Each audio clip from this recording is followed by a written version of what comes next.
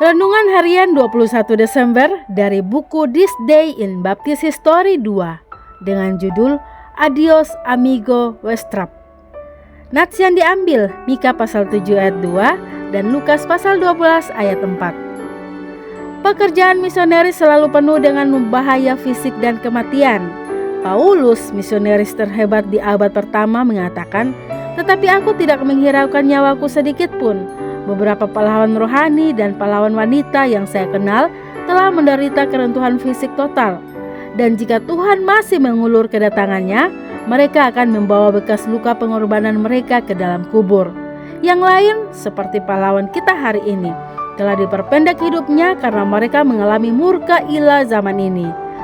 Pahlawan seperti itu telah mendapatkan mahkota martir dan akan dihormati oleh Tuhan yang mulia sendiri di tahta penghakiman Kristus." John O. Westrap lahir di London, Inggris pada tanggal 3 Mei 1847. Kita tidak tahu apapun tentang kehidupan awalnya, tetapi setelah datang ke Amerika, ia dipekerjakan sebagai agen di American Bible Society.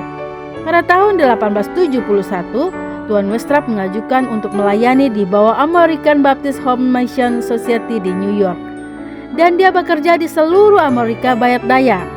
Pada saat itulah dia mendapat visi mengenai perlunya pekerjaan Injil di Meksiko. Oleh karena itu, pada tahun 1880, dia mencari dan memperoleh penunjukan oleh Konvensi Negara Bagian Baptis Texas dan kemudian diterima oleh Dewan Misi Luar Negeri mereka sebagai misionaris pertama ke Meksiko. Saudara laki-laki John Thomas Westrap juga mempunyai minat untuk menginjili Meksiko. Thomas telah dibaptis pada tanggal 30 Januari 1864 oleh James Hickey, pionir misionaris baptis ke Meksiko. Beberapa referensi yang saya temukan mengenai John Westrap telah merangsang minat saya.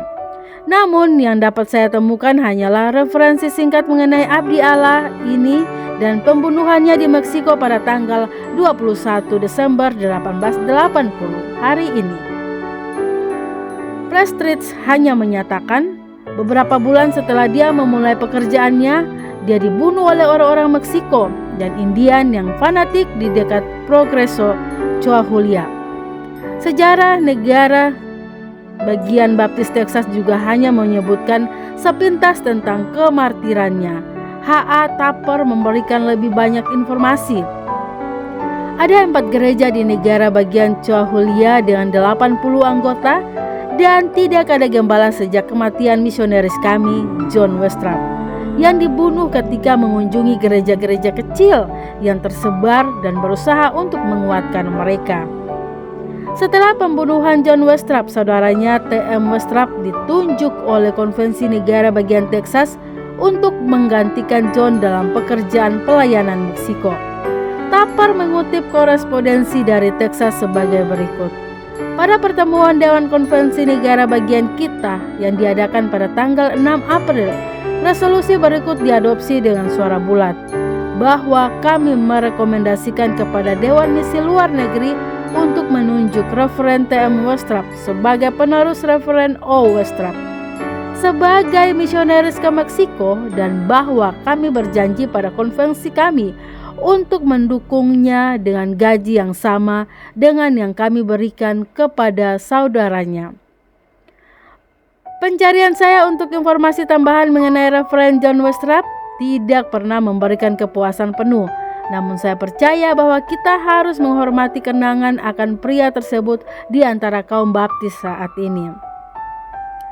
Setelah kematian saudara laki-lakinya, Referen T.M. Westrap menulis, "Saya terkadang berpikir bahwa fanatisme Katolik atau prasangka nasional lebih berkaitan dengan kasus ini daripada yang terlihat sejauh ini.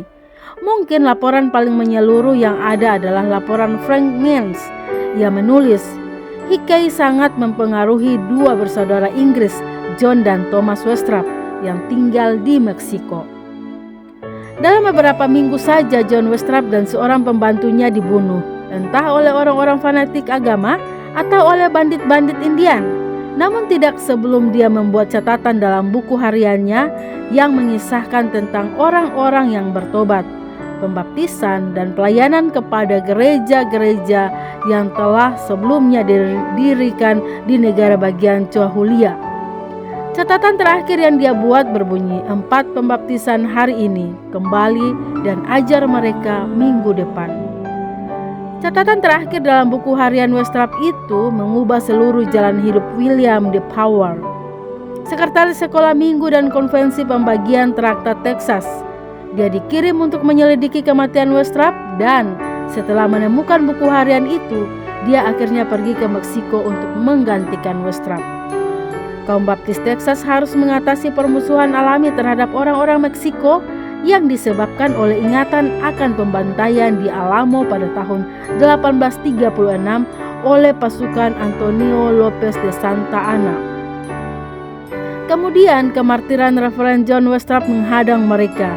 Namun alih-alih berteriak meminta balas dendam, mereka malah berdoa dalam doa Kristus, "Bapa, ampunilah mereka, sebab mereka tidak tahu apa yang mereka perbuat." Tentu saja pepatah kuno itu benar. Darah para martir adalah benih gereja.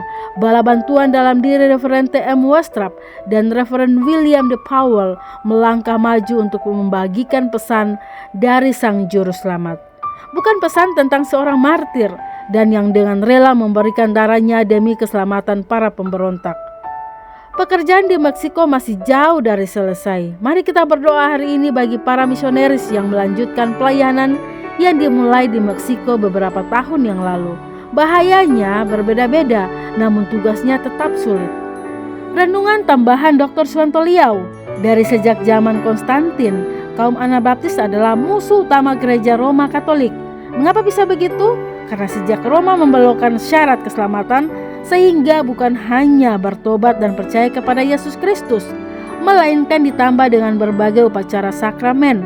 Sejumlah orang yang setia pada pengajaran Rasul tidak setuju. Orang yang tidak setuju tersebut membaptis ulang orang yang berhasil mereka sadarkan, sehingga mereka disebut kaum Anabaptis atau pembaptis ulang. Karena membaptis ulang orang yang sadar, mereka dianiaya sangat amat dahsyat. Setelah kebebasan beragama semakin diberikan, kaum Anabaptis mendirikan gereja yang disebut Gereja Baptis. Di banyak wilayah, kaum Baptis diperlakukan seperti cerita di atas. Poin kedua, Meksiko adalah wilayah yang sangat gelap, dan tentu kita sangat kasihan kepada penduduknya.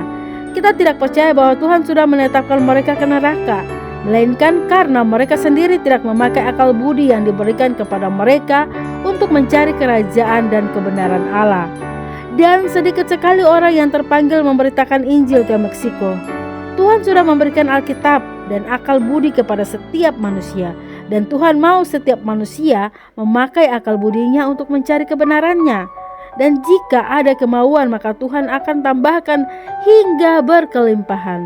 Tetapi jika tidak ada, maka apapun yang terakhir dimilikinya, yaitu nyawanya, akan diambil darinya. Poin ketiga, darah para martir adalah benih bertumbuhnya gereja. Biasanya dengan pengorbanan para martir akan mendorong orang-orang yang sudah selamat untuk bertindak, dan juga mendorong orang-orang yang sesat untuk berpikir, mengapa ada orang yang rela memberikan hal termahal yaitu nyawanya, dan akan membangkitkan perhatian mereka. Orang-orang Baptis tidak pernah melakukan kekerasan, bahkan tidak melakukan pembalasan karena percaya pada Tuhan yang Maha Adil. Bagi orang-orang Baptis yang yakin pasti masuk surga, kematian bukan sesuatu yang menakutkan, melainkan adalah saat mereka dipanggil untuk istirahat dan pergi menerima hadiah. Bagaimana dengan Anda? Demikian renungan hari ini 21 Desember bersama saya Lina Dadi. Tuhan Yesus menyertai dan Maranatha.